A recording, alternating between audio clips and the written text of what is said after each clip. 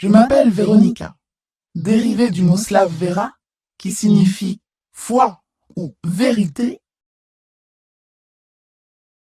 Jim Carrey, mesdames et messieurs. Je suis sortie aujourd'hui, je me suis acheté des Nike qui respectent la liberté. C'est un hommage à Colin Kaepernick et à Nike. Félicitations pour ce choix fantastique. Merci beaucoup. C'est bon d'être de retour dans cette Amérique dystopique. Les républicains utilisent le mot socialisme.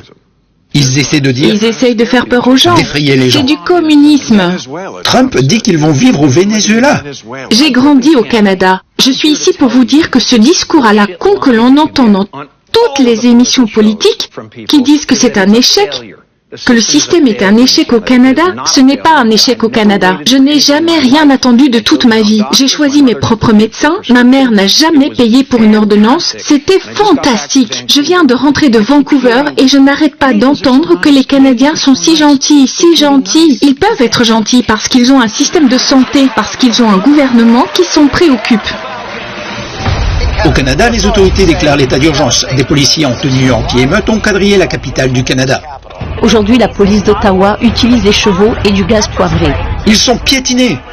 Regardez ce que vous avez fait. Les temps d'attente en soins médicaux dans ce pays sont plus longs que jamais. Le coût de la vie n'a cessé de grimper. Un coup d'État socialiste est en cours au Canada. Et c'est nous, contribuables, qui le finançons.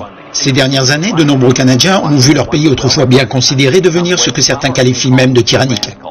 Un pays autrefois considéré comme le plus libre et le plus démocratique du monde. Le People World, le journal officiel du Parti communiste sur la côte ouest, a publié cette information plutôt intéressante. Ce qu'il faut maintenant, c'est un effort qui commence à se rapprocher de l'ampleur du problème. Au minimum, un tel programme devrait exiger une action d'urgence massive de la part du gouvernement fédéral. Le gouvernement fédéral a invoqué la loi sur les situations d'urgence. À partir d'aujourd'hui, une banque ou un autre prestataire de services financiers pourra immédiatement geler ou suspendre un compte sans décision de justice.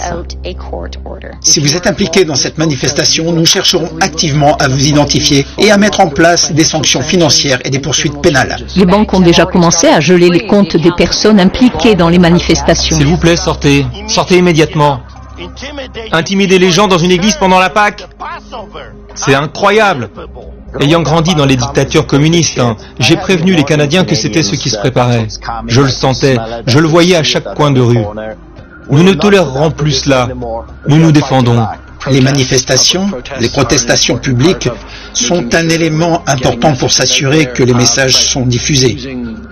Mais l'utilisation des manifestations pour exiger des changements dans les politiques publiques est une chose qui, à mon avis, est inquiétante. Le Premier ministre du Canada a donc déclaré que oui, notre démocratie fonctionne parfaitement et que les citoyens ont le droit et la liberté de protester. Toutefois, si ces protestations sont utilisées pour exiger un changement de politique gouvernementale, alors non. La petite minorité marginale qui défend des points de vue inacceptables qu'ils expriment